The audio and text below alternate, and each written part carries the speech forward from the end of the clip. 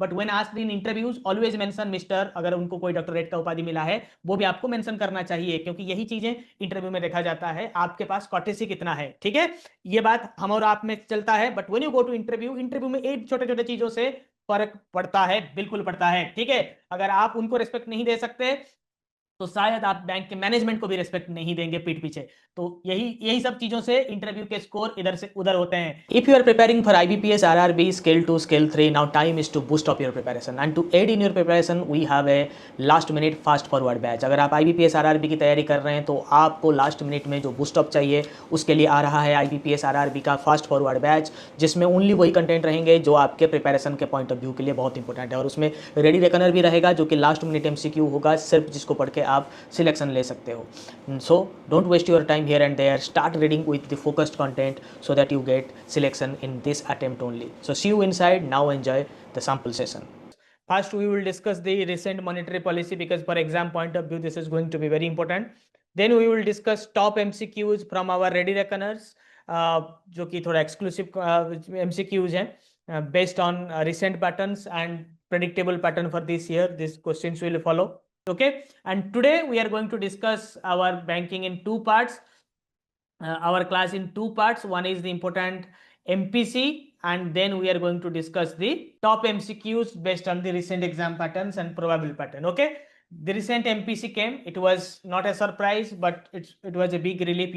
If you are invested in stock markets, you might be knowing that there was a rally in stock market. It's a good response because rate cuts help banks to grow, helps MSMEs to grow, helps economies to grow. Because when rates are cut, 25 basis point rate was cut, right? The 25 basis point rate cut has a significant result in what you say butterfly effect in economy, because the loans get cheaper. When the loans get cheaper, more and more MSMEs go and aggressively borrow money for growth, and subsequently they add to the growth, they add to the job creation, and at the same time individuals also borrow more to spend more. That boosts the economy in as a result. ठीक है, तो monetary policy इस बार बहुत चर्चा में था। 25 basis point का cut होगा कि नहीं होगा, इसके ऊपर बहुत डिस्कशन हो रहे थे। 25 बेसिस पॉइंट कट का आरबीआई के कार्ड में था, बट 8.2% जीडीपी ग्रोथ के डाटा आने के बाद थोड़ा मुश्किल में था, बट फिर भी आरबीआई ने इसको कट किया। और रेपो रेट में 25 बेसिस पॉइंट का जो कट है, मतलब 0.25% का जो कट है, वो इकोनॉमी में एक बटरफ्लाई इफेक्ट पैदा करता है, जिससे कि लोन सस्ते हो जाते हैं, बैंक्स ग्रो करते हैं, बैंक्स के भी प्रॉफिटेबिलिटी बढ़ते हैं। At the same time MSMEs भी ज्यादा बोरो करते हैं, कॉर्पोरेट्स भी ज्यादा बोरो करते हैं, जिससे इकोनॉमी में बहुत बड़ा परिवर्तन होता है, बहुत बड़ा कंजम्पशन बूस्ट आ जाता है। ठीक है, तो क्या क्या है मॉनेटरी पॉलिसी में, ये है 58th monetary policy committee report. और आपको पता है bimonthly monetary policy committee होता है एमपीसी में, ये 58th एमपीसी है। उर्जित पटेल कमिटी ने रेकमेंड किया था 2016 में।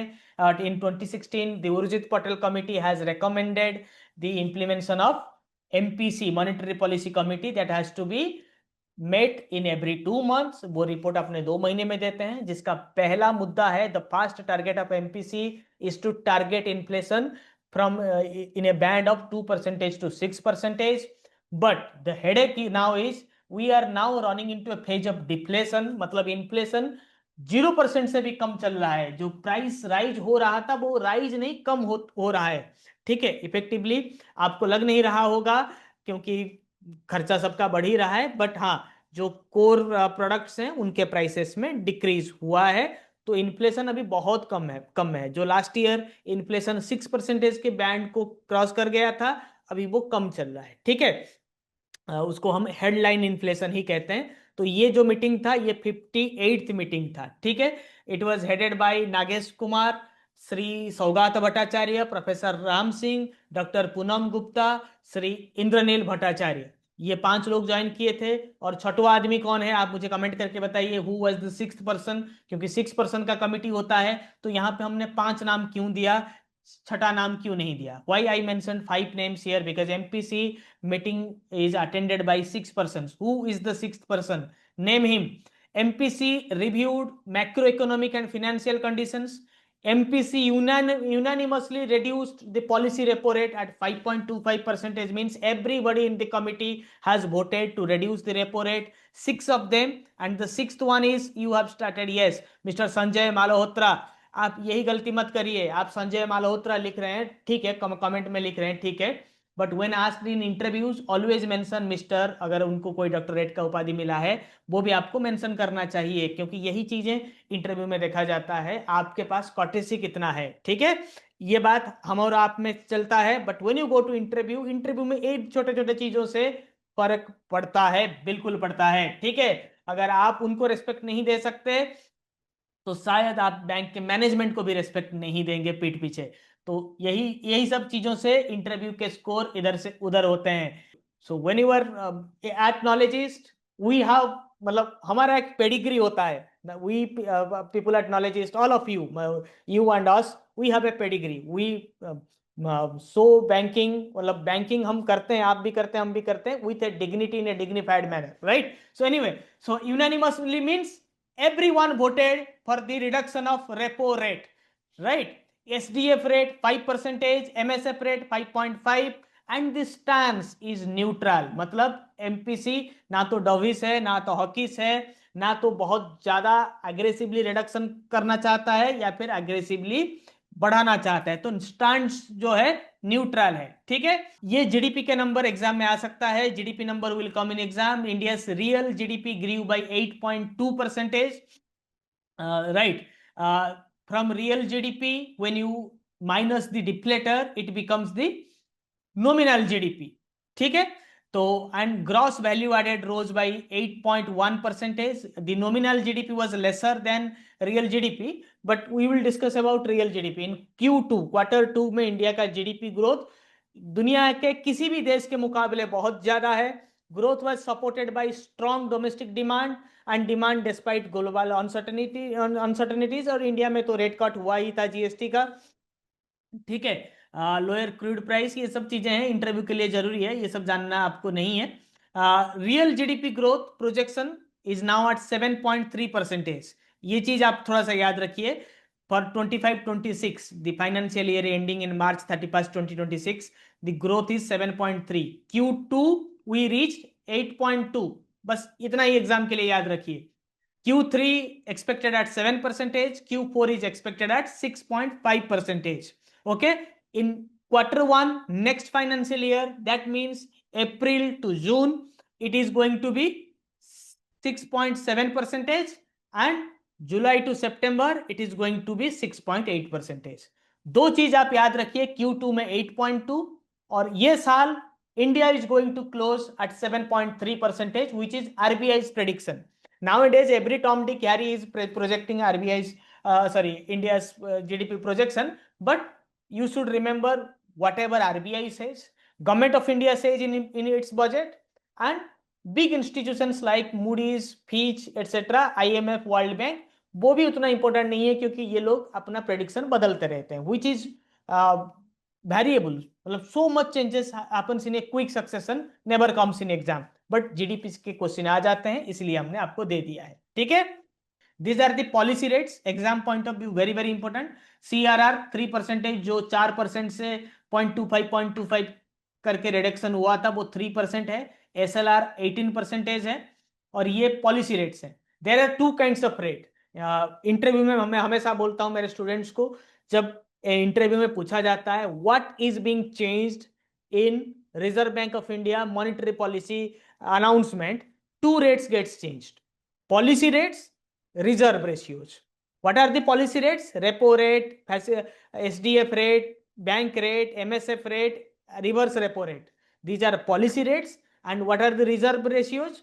CRR, SLR, because these are the reserves that banks has to keep with RBI and or with themselves. ठीक है, तो ये रिजर्व रिक्वायरमेंट्स हैं, ठीक है। तो policy rate, what is the policy rate? Simply अगर पॉलिसी रेट पूछा जाए, it is 5.25, right. Repo rate को ही पॉलिसी रेट कहते हैं। Major policy rate means repo rate. The MPC reduced the policy repo rate in its latest meeting to what? It is 5.25%. Real GDP growth for 25-26 is predicted at, it is 7.3%, at 7.3%. Which export segment is expected to remain strong going forward? इनमें से कौन सा segment economy के लिए strong रहने वाला है? It is services exports. वही जैसे आईटी इंडस्ट्रीज ज्यादातर सर्विस ही एक्सपोर्ट करता है, ठीक है। तो इंडिया का सर्विस, एंड जब रुपी सस्ता हो रहा है, मतलब रुपी सस्ता हो रहा है मतलब against dollar the price of rupee is increasing, that means rupee is getting cheaper. 90 rupees means it's getting cheaper, it's not becoming expensive. Dollar is becoming expensive, rupee is getting cheaper when we are comparing in a direct quote. Forex में इसको direct quote कहते हैं, right. तो yes, तो रुपी जब सस्ता हो रहा है, मतलब डॉलर के मुकाबले प्राइस जब बढ़ता है, तब क्या होता है, जैसे आईटी सेक्टर में ग्रोथ आता है इंडिया में। जब रुपी सस्ता होता है, यू शुड इन्वेस्ट, मतलब लोग आईटी सेक्टर में ज्यादातर इन्वेस्ट कर लेते हैं, ठीक है। जैसे जब शेयर मार्केट डाउन हो जाता है, लोग गोल्ड में ज्यादातर इन्वेस्ट कर लेते हैं। What is the purpose of new section of 45ZG? 45ZG, yes, it is to define the hierarchy of successive nomination. Successive nomination में किसको कितना परसेंटेज नॉमिनेशन मिलेगा, ठीक है। What is the revised timeline for calculating the CRR as per the new amendment? CRR कब calculate किया जाएगा? Last day of every quarter और month. Last day of every quarter and month. पहले last Friday हुआ करता था, now it is last day of every quarter or month. Okay. Section 45ZA allows nominations of how many persons simultaneously? हो सकता है कि exam में question change कर दे, which section allows nomination simultaneously, ये पूछ ले। सो ट्विस्ट के लिए भी तैयार रहें, ठीक है, ट्विस्ट के लिए भी आप तैयार रहें। ये तो 4% में बहुत बार डिस्कस कर चुका हूं, इसलिए आपको याद है। क्या आपको 45ZA याद था?